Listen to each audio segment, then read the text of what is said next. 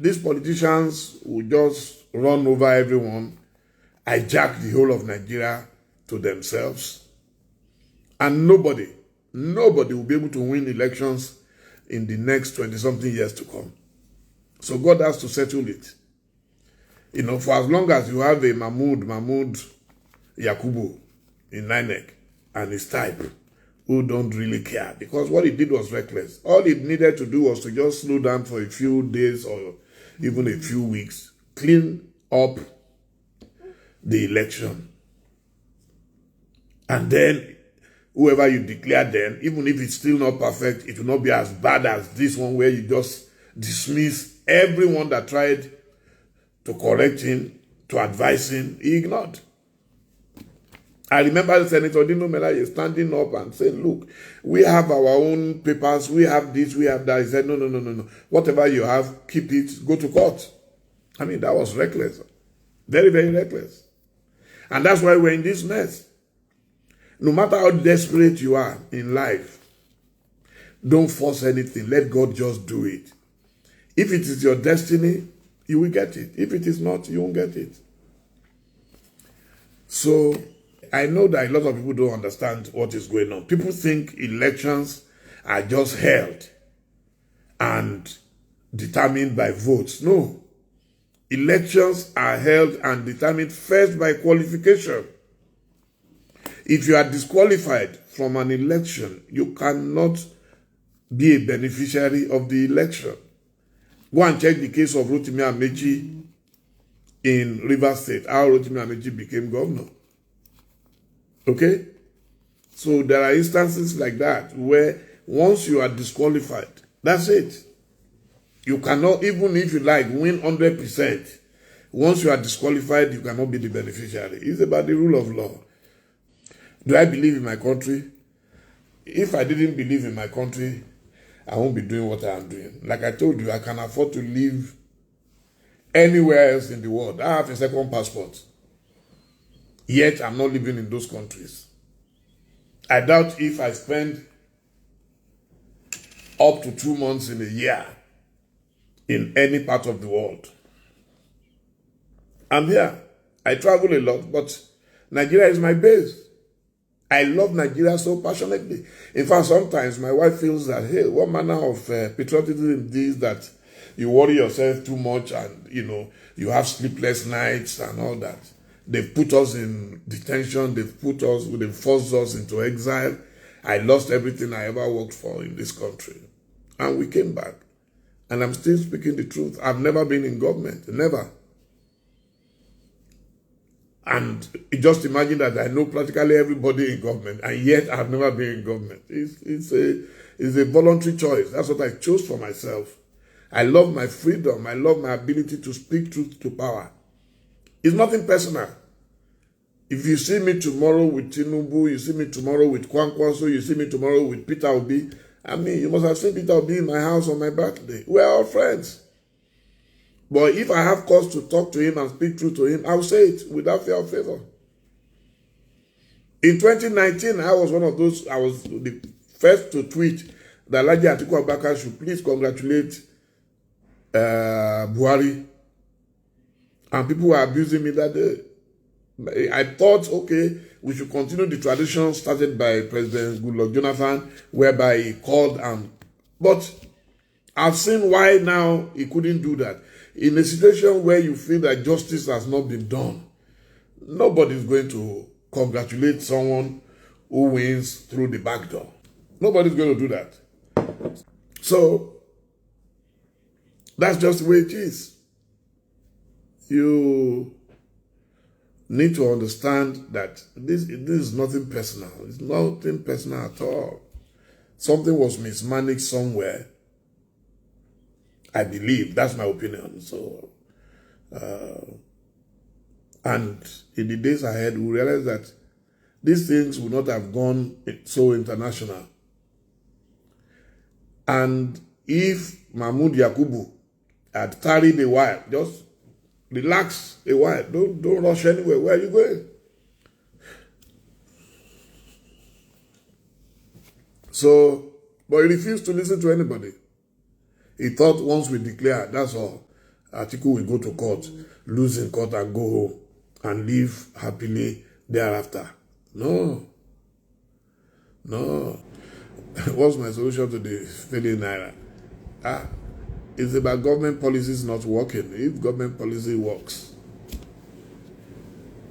most of the problems will go away. But once your policies fail, that's it. Yeah, a lot of people say, oh, Atiku should forget it. He should go and sit down with Tinubu and make arrangements. Whatever he wants, they will give him. If he wants oil wells, such insults. People believe that everybody is in politics because you need oil wells, because they will make you a minister. I've never been a minister in my life. I don't know any minister in Nigeria who will do more than I'm doing right now. So, I don't know. People encourage you actually to go and steal. That the only way to make it in Nigeria is if, you go into government and make money. It's the only place you can make money. You've been fighting all this while. You have to pity your family. All I can do for my family is once you send your kids to school, the rest is left to them, what they do with it.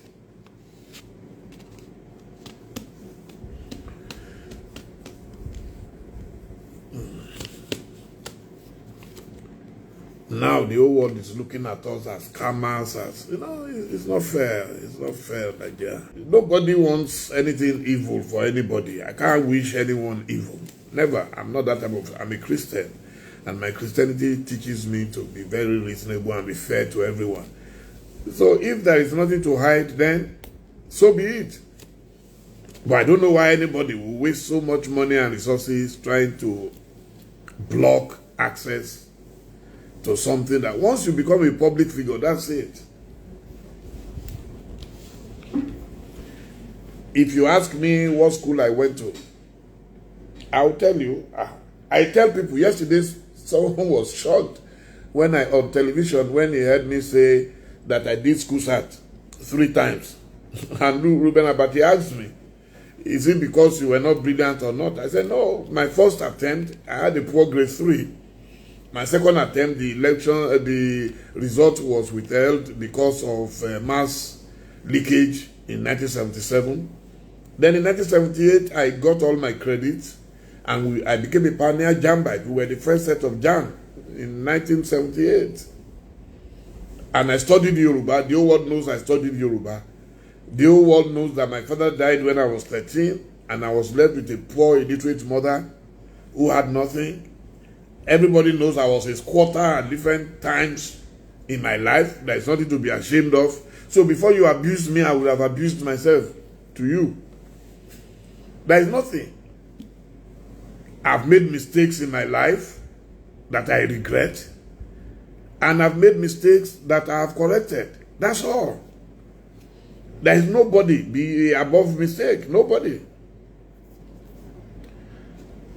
So, and the PR people just didn't handle. You see, there is this toga of invisibility around Ashwaju, People will come to your house and tell you, don't worry, we can handle it, we can fix it. So lawyers will chop their own, media people will chop their own, everybody will chop their own. So that's the thing.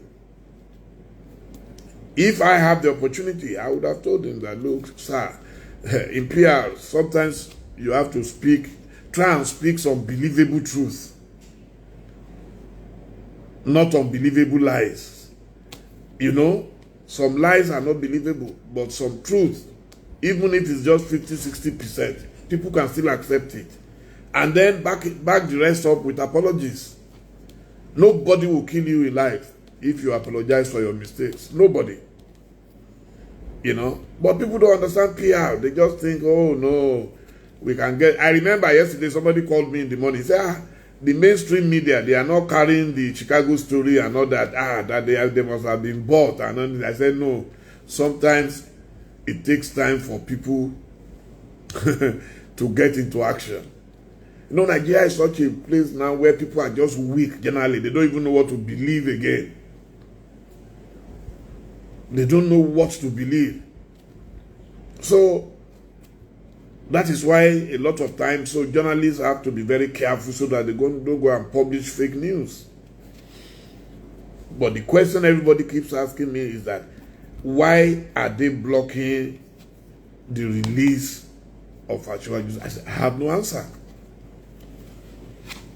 Even if the heavens will fall, they should have at least acted like everything is okay. So you attract more attention when you are trying to prevent what is not to be prevented.